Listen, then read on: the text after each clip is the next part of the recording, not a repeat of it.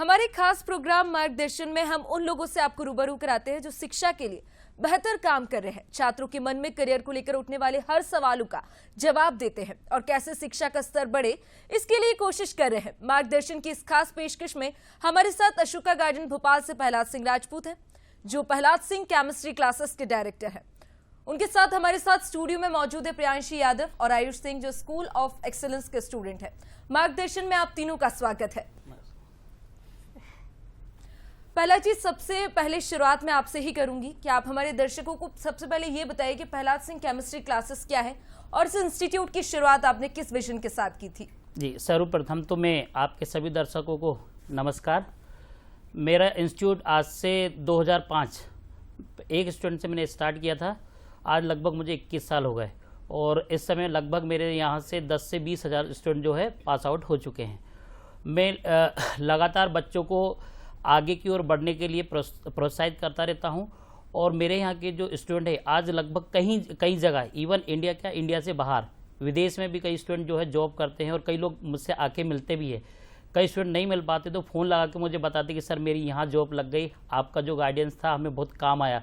उस समय बड़ा प्राउड फील होता था। और जब मैंने फर्स्ट टाइम इस फील्ड में आया था तो मैंने सोचा नहीं था कि मैं टीचर बनूंगा। बस इसी मस्ती में मैंने कहा चलो ठीक है यार, देखते हैं, कुछ ट्राई करें। बस ट्राई करते करते बहुत अच्छा लगा, बहुत अच्छा रिस्पांस मिला इस फील्ड में। तो फिर धीरे धीरे बढ़ते गए और आज 21 साल हो गए मुझे इस फील्ड में और बच्चों से मुझे बहुत प्यार मिलता है और मेरे स्टूडेंट ने भी मेरा नाम जो है, जो मैंने सोचा था उससे कई गुना पाया। प्रहलाद जी, आप पिछले कितने सालों से स्टूडेंट्स को इस तरह से गाइड कर रहे हैं और कितना समय आपके इंस्टीट्यूट को हो गया है? मैं ये 21 साल हो गए मुझे। मैंने 2005 से स्टार्ट किया था और स्टूडेंट को गाइड करने के लिए कई तरीके से मैं उनको जैसे आउटडोर भी करवाता हूं और हर साल जो करियर काउंसलिंग जो है वो भी, इस साल भी हमने तेलंगाना की यूनिवर्सिटी के जो वाइस चांसलर थे उनको बुलाया था SRU यूनिवर्सिटी से। तो इस तरह से मतलब कहीं ना कहीं डिफरेंट जो फील्ड के लोग हैं जो अपने लाइफ में बहुत कुछ अचीव कर चुके हैं उन लोगों को मैं बुलाता हूं, उनके द्वारा बच्चों को है ना मार्गदर्शन दिलवाता हूं और बच्चे क्या बेटर कर सकें और उनके लिए इसके अलावा भी क्या क्या फील्ड हैं, इंजीनियरिंग के अलावा अदर भी फील्ड है, वहाँ जाए तो बच्चा कैसे सक्सेस हो जाएगा, उसके लिए उसे क्या करना पड़ेगा। इस तरह से मैं कई बार बच्चों को आउटडोर और ये करियर काउंसलिंग के थ्रू और इवन हमारी क्लास में मैं भी और मुझसे जुड़े हुए जो लोग भी वो भी समय समय पर बच्चों के लिए करियर गाइडेंस के लिए खड़े रहते हैं और जब उन्हें जैसी हमारी ज़रूरत पड़ती है हम हमेशा तत्पर रहते हैं। मैंने इवन अपने बच्चों को कह रखा कि आपको 24 आवर्स जब मेरी ज़रूरत लगे तब मुझे बोलो, जहाँ जैसी ज़रूरत लगे मैं आपकी हेल्प करने के लिए तैयार हूँ।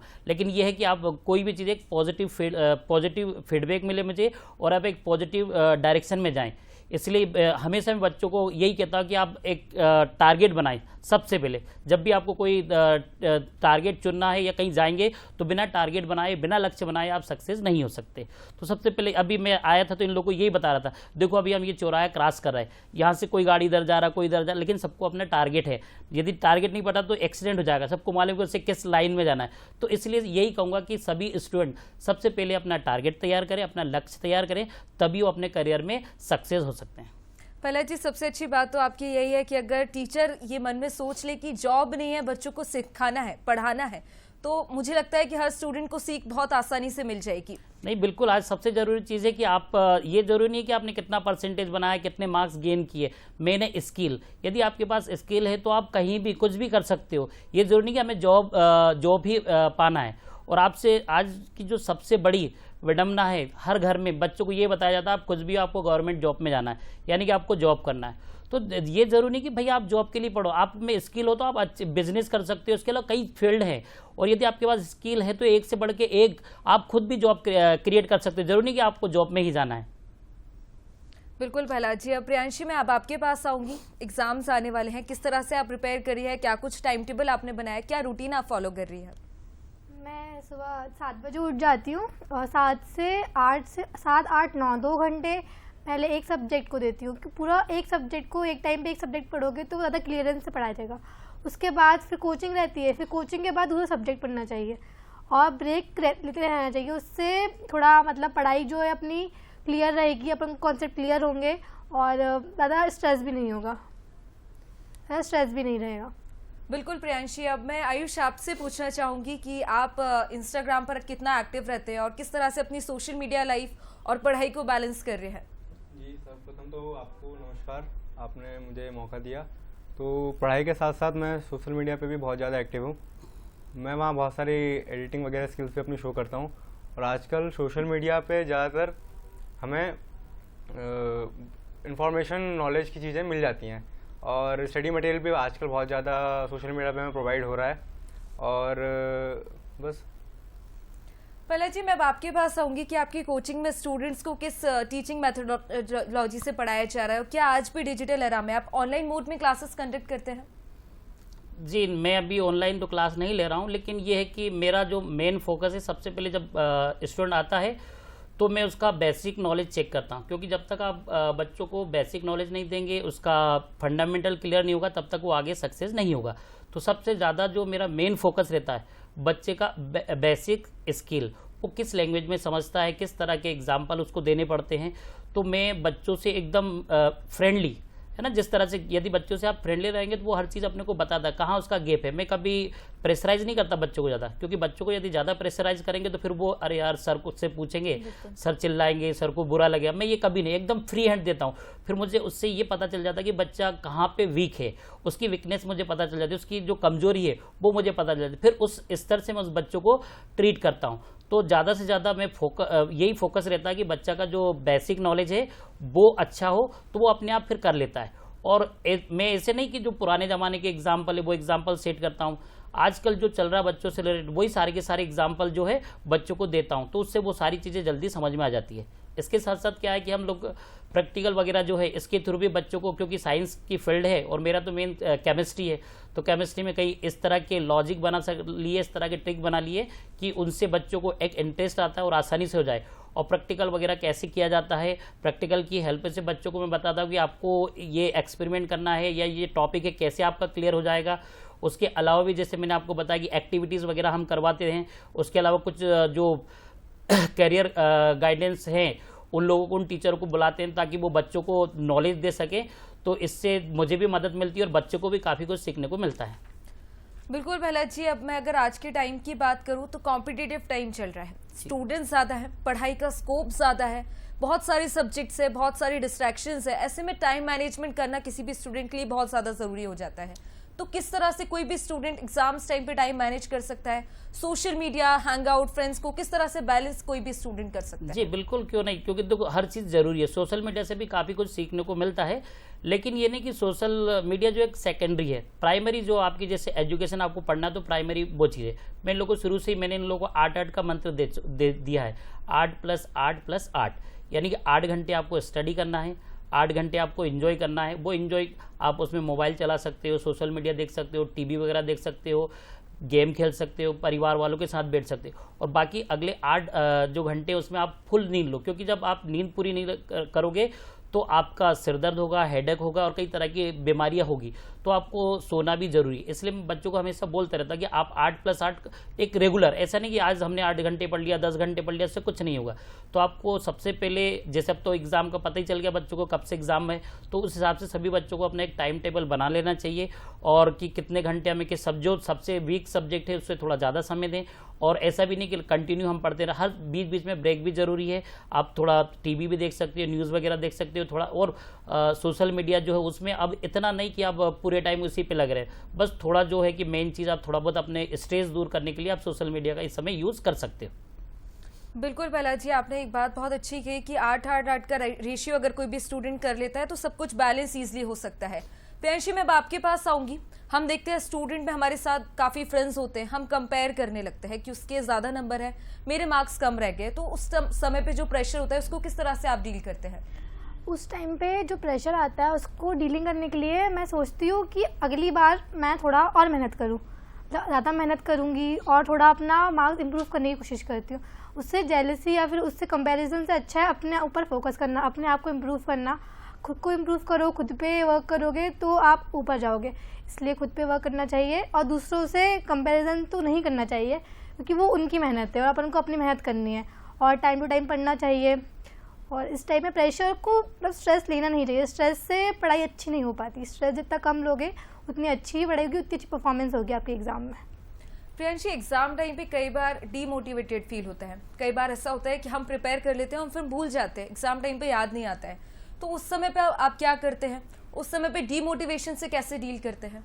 उस टाइम पे 2 मिनट थोड़ा मतलब पेपर अगर अपन लिख रहे हैं उस टाइम कुछ भूल गए और फिर अपन ने वो पढ़ा लेकिन भूल गए, तो 2 मिनट थोड़ा स्टॉप लेकर, थोड़ा एकदम एक सांस लेकर, एक थोड़ा रिलीफ लेकर फिर वापस लिखना चालू करो। या फिर नहीं आ रहा है तो उसको वहीं पे ब्रेक करके एक दूसरा क्वेश्चन करो, तो उससे जो रहेगा आपको कॉन्फिडेंस बढ़ेगा। आप जितना एग्जाम करते जाओगे, जितना पेपर आप लिखते जाओगे एंडिंग तक, जितना आपका लास्ट क्वेश्चन होगा उसके बाद उस क्वेश्चन का टाइम करोगे तो आपको वो अपने आप रिमाइंड होगा कि हाँ मैंने ये पढ़ा था, इसमें ये इसका आंसर ये है। तो थोड़ा सा अपने आप को रिलीफ दो, थोड़ा मतलब स्ट्रेस कम लोगे, जितना कम स्ट्रेस लो के आप एग्जाम दोगे। एग्जाम में बिल्कुल स्ट्रेस लेना ही नहीं चाहिए, आपने पढ़ा हो ना पढ़ा हो, जितना कम स्ट्रेस लेके एग्जाम दोगे आप उतना आपका एग्जाम अच्छा जाएगा।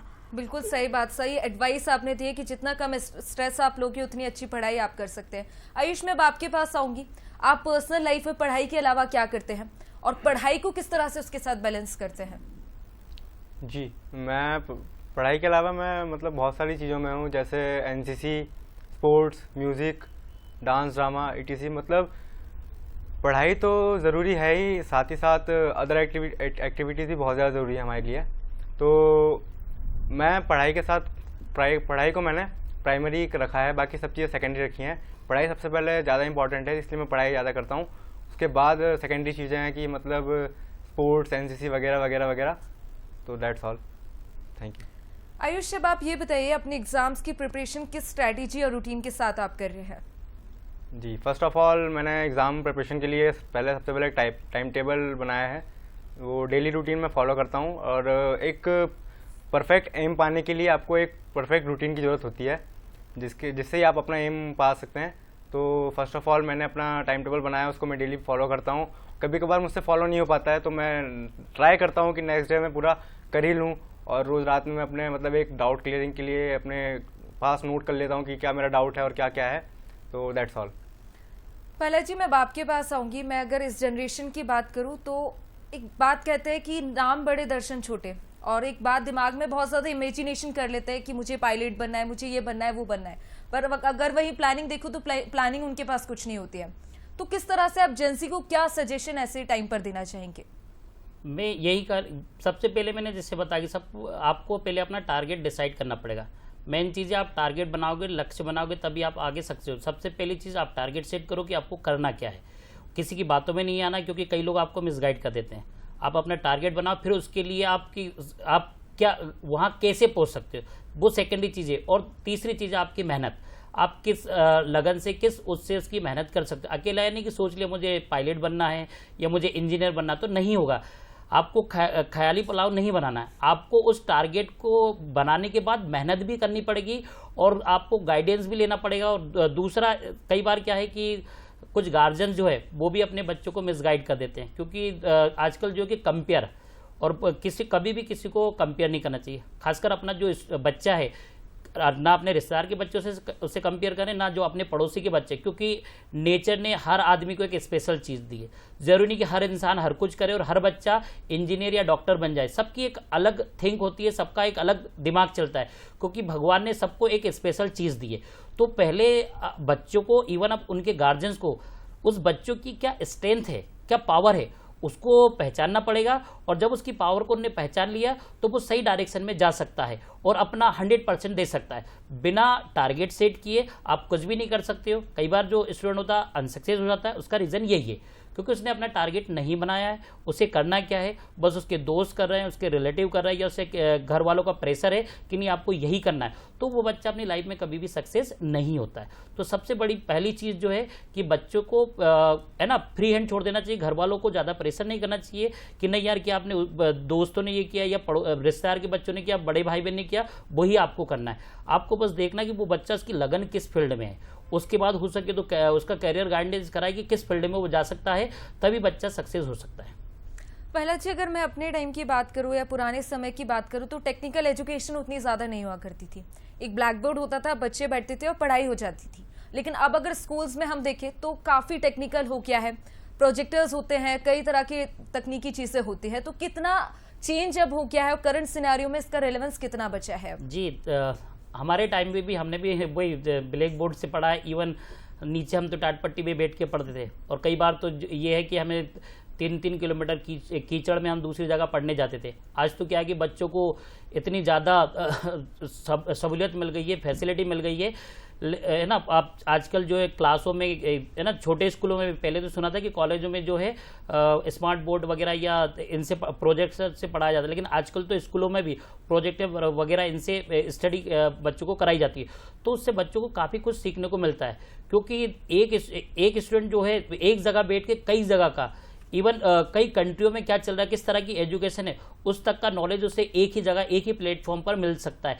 इसलिए ऑनलाइन एजुकेशन या जो सोशल मीडिया के थ्रू होती वो उसने बच्चों को लिए एक तरह से ओपन एरिया रख दिया और कई तरह के नॉलेज वहाँ से वो गेन कर सकते हैं, तो और वो अपनी लाइफ में सक्सेस हो सकते हैं। और आजकल आप देखोगे कि कई फील्ड एक के बाद कई फील्ड क्रिएट हो रही है, और ये सारा का सारा जो है कि साइंस जो है दिन प्रतिदिन नए नए डिस्कवरी किया जा रहा है, नए आविष्कार किया जा रहा है, इनसे बच्चों को सीखने को बहुत कुछ मिलता है। प्रियांशी, मैं अब आपके पास आऊंगी। मेंटल हेल्थ की हम बात करें तो जेनजी जनरेशन काफी ओपन अप रहती है अपनी मेंटल हेल्थ को लेकर, तो किस तरह से पढ़ाई के समय पर जो मेंटल आपको ट्रॉमा होता है, कई बार कंपैरिजन से, कई बार डिमोटिवेशन से और कई बार पर्सनल रिलेशनशिप से, तो उससे आप किस तरह से डील करते हैं? पहले तो उसके लिए किसी से मतलब या तो किसी को बता दो, अपने पेरेंट्स को पहले बता दो कि ये दिक्कत आ रही है। आप जितना उनसे छुपाओगे उतना आपको वो स्ट्रेस बढ़ेगा, मतलब उतना आपको वो मुसीबतें बढ़ती जाएंगी। तो जैसे कभी आपके मार्क्स भी कम आए, कभी आपने बाय चांस किस टाइम पे किसी एग्ज़ाम में आप लो मार्क्स से आप अच्छे खासे मार्क्स लाते हो लेकिन उस एग्ज़ाम में आप नहीं ला पाए, तो आप उससे डिमोटिवेट मत हो।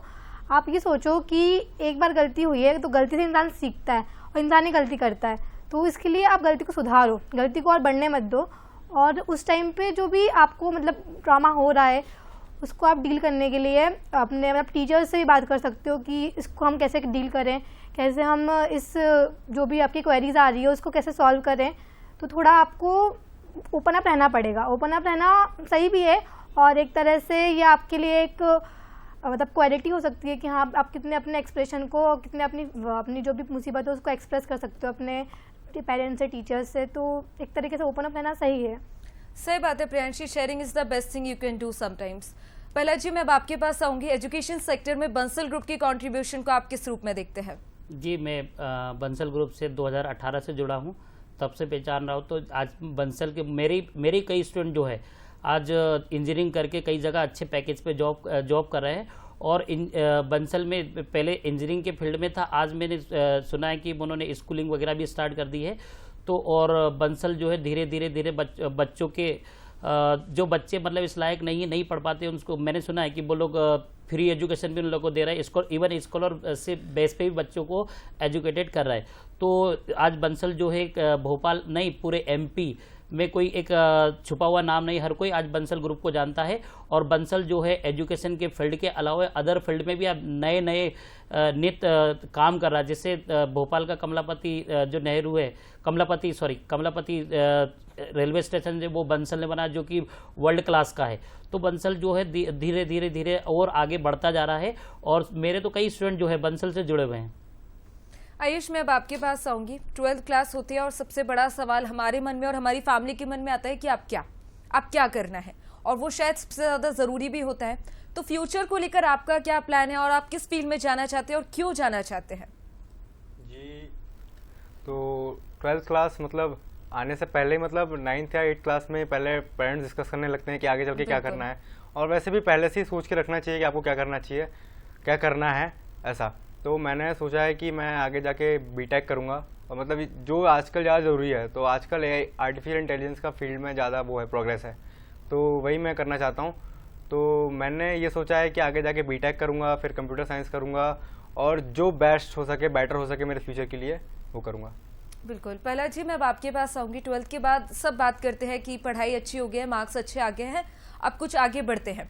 पर अगर हम बात करें वो बच्चों की जो पढ़ाई तो करते हैं पर नंबर नहीं आ पा रहे हैं, जो सक्सेसफुल नहीं हो पा रहे हैं, वो क्या करें लाइफ में, क्योंकि मोटिवेशन उनके पास है नहीं, कॉन्फिडेंस उनका जीरो हो चुका है, उनके लिए क्या आप एडवाइस देना चाहेंगे? मैं यही बच्चों को बताना चाहूँगा, इवन पेरेंट्स को भी, क्योंकि पेरेंट्स का सबसे ज़्यादा प्रेशर रहता है बच्चों पर।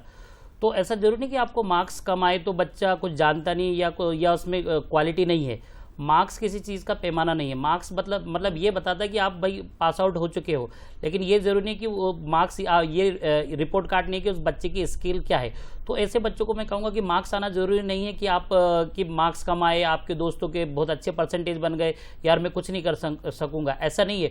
हो सका आप में कुछ कमी रही होगी, थोड़ा और मेहनत करके नेक्स्ट ईयर आप प्रयास करें, आप उससे अच्छा कर सकते हो। लेकिन मार्क्स कभी भी किसी चीज़ का पैमाना नहीं होता है। आप बस ये है कि ठीक है जो हो गया उस चीज़ को बीती ताई विसार दे, आगे की सुधि ले। तो जो बीत गया उसको छोड़ो, फिर एक नई जोश नई ऊर्जा के साथ फिर से लग जाओ, तो आप बहुत अच्छा कर सकते हो। तो मार्क्स पे कभी नहीं जाना, कभी नहीं घबराना कि यार मेरे मार्क्स कम आए, और ऐसा सोच के आप कभी डिप्रेशन में भी नहीं जाना चाहिए। मैं एक छोटा सा एग्जांपल दूंगा कि यदि कृष्ण भगवान का सुना, वो चाहे तो कब के डिप्रेशन में आ जाते। उनने बचपन में सबसे पहले अपने माँ बाप छोड़े, वहाँ से फिर बड़े हुए अपने यार दोस्त छोड़े, इवन राधा को छोड़ा, और बड़े हुए ने अपने दोस्तों को छोड़ा, लास्ट में उन्होंने अपना पूरा वंशज छोड़ दिया। तो ये नहीं कि आप भाई आपसे कुछ नहीं हुआ तो आप उस चीज़ को छोड़ दोगे, यार मुझसे कुछ नहीं होगा। भाई बहुत बड़ा एरिया हो सकता है, वो फील्ड आपके लिए नहीं बनी, आप दूसरी फील्ड में ट्राई कर सकते हो। मैंने जिससे पहले बताया कि भगवान ने सबको एक स्पेशल चीज़ दी है, आप उस चीज़ को पहचानो और उस डायरेक्शन में आप जाओगे तो बिल्कुल सक्सेस होगे। कभी डिमोटिवेट नहीं होना है, आपको गलत कदम नहीं उठाना है, कभी ये नहीं सोचना यार मैं कुछ नहीं कर सकता हूँ। और घर वालों को भी, बच्चों को प्रेशराइज नहीं करना है कि तू ये नहीं कर सकता है। उससे क्या बच्चा वैसे भी टेंशन में रहता, आप और उससे प्रेशराइज करोगे तो वो डिमोटिवेट होगा और उस कंडीशन में गलत कदम उठा लेता है। इसलिए बच्चों को कभी भी घबराने की जरूरत नहीं है, एकदम रिलैक्स फील हो गया जो हो गया, जिंदगी खत्म नहीं। आप डबल से प्रयास करो, सक्सेस हो जाओगे। प्रियांशी, मैं अब आपके पास आऊंगी। कई बार हम रील्स के लिए, फॉलोअर्स के लिए रील्स बनाते हैं इंस्टाग्राम पे, और वैलिडेशन चाहिए होता है, और उस वैलिडेशन के साथ एक फोमो होता है, फियर ऑफ मिसिंग आउट, कि यार मैं रहेगी, और उसके साथ आपको पढ़ाई भी करनी होती है। तो आपको ऐसा लगता है कि यार या तो मैं वो कर लूं, पढ़ाई कर लूं, या फिर अपने फॉलोअर्स लाइक्स के लिए कुछ कर लूं। तो वो इन दोनों चीजों में कैसे आप बैलेंस आउट कर रहे हैं? पहली चीज़ तो टाइम पे सब अच्छा लगता है। आप सही टाइम पर पढ़ाई करो। जैसे अभी एग्ज़ाम पास में, और एग्ज़ाम के टाइम पे आप रील बना रहे हो, तो ये तो एक गलत हो गया कि आप एग्ज़ाम के टाइम पे रील बना रहे हो। हाँ, रील, डांस और एक्टिविटीज़, फिजिकल एक्टिविटीज़, स्पोर्ट्स, हर चीज़ एक स्टूडेंट के लिए बहुत ज़रूरी है, उसकी पर्सनल डेवलपमेंट के लिए। बट पढ़ाई, एजुकेशन, स्टडीज़, ये आपके फ्यूचर के लिए बहुत ज़रूरी है। अगर आप स्टडीज़ पर फोकस नहीं करोगे तो आपका फ्यूचर सिक्योर नहीं होगा। तो बैलेंस करने के लिए आप डांस भी करिए, जैसे कुछ भी कल्चर एक्टिविटीज़ होती है तो उसमें आप पार्टिसिपेट करिए, रील्स बनाइए। लेकिन जब पढ़ाई करनी हो तो आप पढ़ाई पे पूरा उतना ही फोकस करिए, और पढ़ाई को भी अच्छे से करिए। तो आप दोनों में बैलेंस बना के रख सकते हैं आराम से। आपका एक ही चीज़ में अगर पूरा फोकस डाल देंगे तो आपकी एक चीज़ मिस हो जाएगी, और उसकी वजह से आप सोचोगे कि मैं इस चीज़ में रह गया पीछे। तो आपको दोनों बैलेंस करते रहना चाहिए, और आप जितने एक्टिविटीज़ कर सको उतनी एक्टिविटीज़ करनी चाहिए, और साथ में पढ़ाई भी करती रहना चाहिए। तो उसमें आपकी पर्सनैलिटी अच्छी बन जाएगी आगे जाकर। बिल्कुल प्रियांशी, वही बात हो गई, अगर टाइम मैनेज कर लिया जाए तो दोनों चीज़ आप कर सकते हो, और पढ़ाई में भी शायद ज़्यादा प्रभावित नहीं होगा। आयुष, मैं अब आपके पास आऊंगी। एग्जाम टाइम पर आपके पेरेंट्स आपको किस तरह से सपोर्ट करते हैं, और फ्रेंड्स क्योंकि ऐसा है जिसके साथ आप सबसे ज़्यादा हैंग आउट कर रहे हैं, तो किस तरह से आप एग्जाम टाइम पे पेरेंट्स आपको हेल्प कर रहे हैं, फ्रेंड्स किस तरह से आपको हेल्प करते हैं? जी, पेरेंट्स तो पूरा सपोर्ट कर रहे हैं। मतलब कि कभी कभार क्या होता है कि रात में लेट नाइट स्टडी करनी पड़ती है, तो मेरे पेरेंट्स भी मेरे साथ लेट नाइट जाके रहते हैं। मैं बोलता हूँ सो जाओ और ये सब कर लो, तो नहीं, मतलब मेरे साथ ही जाके रहते हैं। या फिर सुबह जल्दी उठना हो तो मम्मी उठती हैं, पहले सुबह उठाती हैं, फिर चाय वगैरह बनाती हैं, ये सब करती हैं। और फ्रेंड्स तो बहुत ज़्यादा सपोर्ट कर रहे हैं। फ्रेंड्स क्या होता है, कुछ फ्रेंड्स ऐसे होते हैं कि मतलब जेलस होते हैं और ये होते हैं वो होते हैं, पर I have got that friends कि मतलब वो लोग हर चीज़ में सपोर्ट करते हैं। कि मतलब मुझे स्टडी मटेरियल चाहिए, या फिर कोई डाउट है, कोई चीज़ नहीं आ रही है, तो वो डाउट क्लियरिंग करेंगे। यहाँ तक कि मुझे मोटिवेट करेंगे कि डिमोटिवेट मत हो, इस बार मार्क्स कम आए हैं, अगली बार ज़्यादा आ जाएंगे। तो पेरेंट्स और फ्रेंड्स दोनों मुझे सपोर्ट कर रहे हैं बहुत अच्छे से। बिल्कुल सही बात है, पेरेंट्स और फ्रेंड्स का सबका अच्छा सा आपका सपोर्ट हो तो आप ज़रूर सक्सेस होंगे। और पहला जी, अब मैं आपके पास आऊँगी। जेनजी जनरेशन की हमने बात की, सब कुछ है उनके पास, डिस्ट्रैक्शंस है, पढ़ाई है, टेक्निकल बहुत सारी चीज़ें हैं। तो एक एंड में आप उनको क्या एडवाइस देना चाहेंगे? मैं बच्चों को यही एडवाइस दूंगा कि सब चीज़ ज़रूरी है, लेकिन आप जो है अपना जो टारगेट है वो मेन उसको ध्यान में रखें। क्योंकि आज आप भटक जाओगे तो कुछ नहीं कर पाओगे। और आप कोई भी बच्चा जो है कभी दूसरे के बहकाव में नहीं आए, क्योंकि घर वालों के टच में रहे, घर वाले सबसे ज़्यादा सपोर्ट करते हैं। इवन कहा गया है कि दूसरों के प्यार में भी मार है और घर वालों की मार में भी प्यार है। तो इसलिए कोई भी चीज़ आपसे गलत होती हो आपको भटकना नहीं है, क्योंकि ये जो जनरेशन है इसको हम प्यूबर्टी कहते हैं, यहाँ बच्चा बड़ी आसानी से भटक जाता है। आपको भटकना नहीं है, आप हर चीज़ अपने घर वालों को बताना है, क्योंकि घर वालों से कोई चीज़ छुपाना नहीं, क्योंकि घर वालों से अच्छा कोई सपोर्टर आपका नहीं होता है, मम्मी पापा से अच्छा फ्रेंड आपका कोई नहीं हो सकता है। उसके साथ साथ आप अपने टीचर जो उनसे भी हर चीज़ शेयर कर सकते हो। और जेन जी ये नहीं सोचे कि यार हम हर कुछ कर लेंगे, आपको अपनी पुरानी जो पीढ़ी है उससे सीखना पड़ेगा, क्योंकि उन लोगों ने यहाँ तक आने के लिए बहुत सारी चीज़ें सेक्रीफाई की है और आपको भी बहुत सारी चीज़ें सेक्रीफाई करना पड़ेगा। जब तक आप सेक्रीफाई नहीं करोगे आप आगे नहीं बढ़ोगे। ये नहीं सोच ले कि हमें कुछ आने लगा या सोशल मीडिया से सीख लिया तो सब सीख गया, बहुत सारी चीज़ें आपको सही बात प्रहलाद जी आपने कही है। और अगर बच्चे सोच ले, मन में ठान ले तो कोई भी चीज़ इतनी ज़्यादा मुश्किल नहीं है। और इसी के साथ हमारे अपने खास प्रोग्राम मार्गदर्शन को हम यहीं समाप्त करते हैं। उम्मीद है आज की चर्चा से आपको अपने करियर और एजुकेशन को गाइडेंस मिला होगा और आप दोनों का हमारे साथ जुड़ने के लिए धन्यवाद।